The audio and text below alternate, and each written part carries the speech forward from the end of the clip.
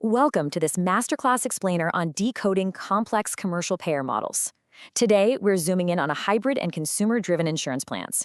Look, our ultimate goal here is simple. We want to empower you and your billing staff to stop front desk claim denials cold before they even happen.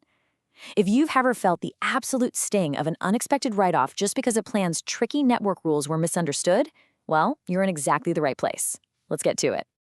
Our agenda today covers 4 key areas. We've got point-of-service plans, exclusive provider organizations, high-deductible health plans, and finally, discount medical plans.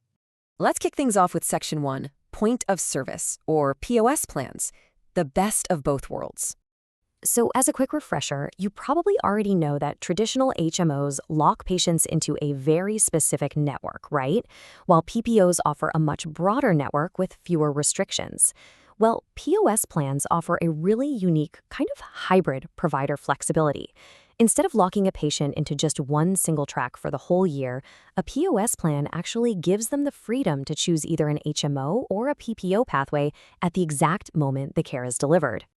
Now, unlike a strict traditional HMO where a primary care physician acts as this mandatory gatekeeper for any specialist care, a POS member is not required to have an assigned PCP. I mean, they absolutely can choose one if they want to, but it isn't a strict rule that's going to bounce your claim if it's missing.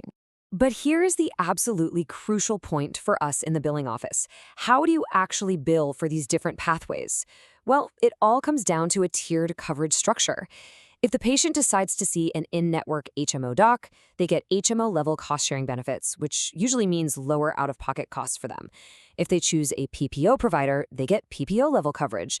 And yes, going out-of-network is completely allowed, which is awesome for patient freedom, but it heavily penalizes the patient's wallet with significantly higher out-of-pocket costs. Moving right along to Section 2, Exclusive Provider Organizations, or EPOs, the stricter network.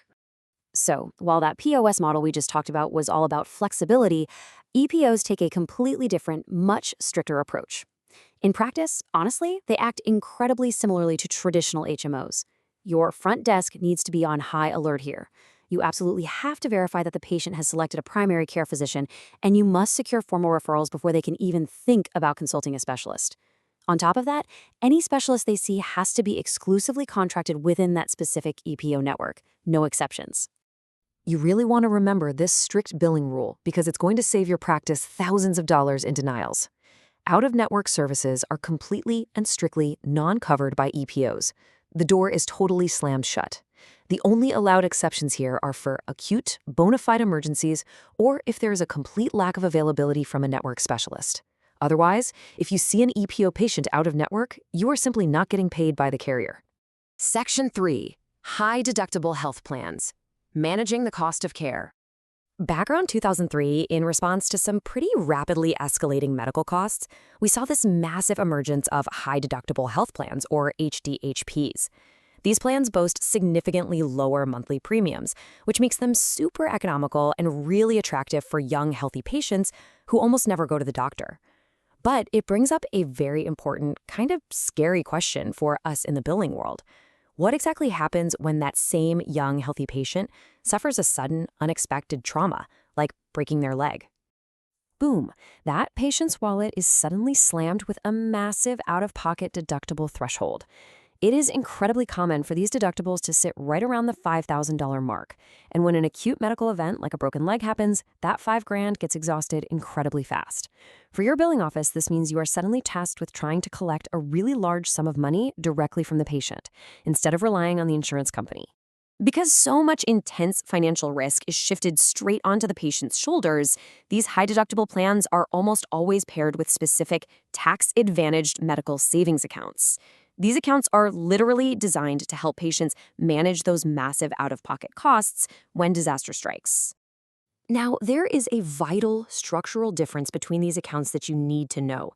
Health savings accounts, or HSAs, are funded directly by the patient using their own pre-tax dollars. On the flip side, health reimbursement accounts, or HRAs, are funded and supported entirely by the patient's employer. Knowing exactly which account your patient is utilizing can be a real game changer for your front desk in understanding how that patient actually intends to cover their high deductible. Section 4, Discount Medical Plans, the imposter models. Finally, we arrive at what I like to call the imposter models. These offer the fewest actual benefits to the patient and honestly cause the absolute most billing confusion at the front desk. Let's look at the true definition of a discount plan. These are cheap programs where a patient pays a recurring monthly fee. But get this, they aren't actually paying for coverage. They are paying merely for the privilege of accessing a network's contracted discounted fee schedule. That is literally it. So here is the absolutely critical distinction. And if you take literally nothing else away from this explainer, please let it be this one thing. Discount plans are emphatically not health insurance. Seriously, no way, not at all. Patients so often come up to the desk thinking they've landed this great new insurance, but they haven't. And because it's not insurance, the patient remains 100% responsible for paying the provider directly for all services rendered, ostensibly at that reduced network rate. To protect your practice from uncollectible debts and to protect your patient from severe billing shock, your front desk absolutely must follow a strict compliance check. Step 1, always verify benefits in advance. Step 2, identify the exact network limits of that discount plan. And Step 3, explicitly inform the patient before they are ever seen of their 100% direct pay responsibility. Proactive communication here is absolutely everything. Section 5, Summary and Outro. Wrapping up Part 3. What an incredible journey through the commercial payer landscape. To wrap up, let's quickly review how these all stack up against each other.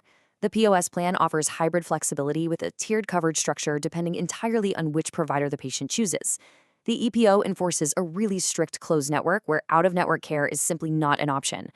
HDHPs trade those low monthly premiums for the high risk of a massive deductible, which they usually manage with an HSA or HRA.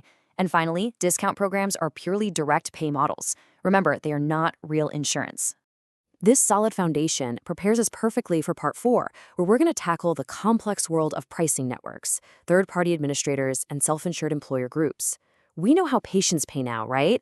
But what on earth happens when a small business decides to play the role of the insurance giant and just pay out of its own pocket? Well, we'll find out next time. Until then, like, share, subscribe to Decode Healthcare with Harshal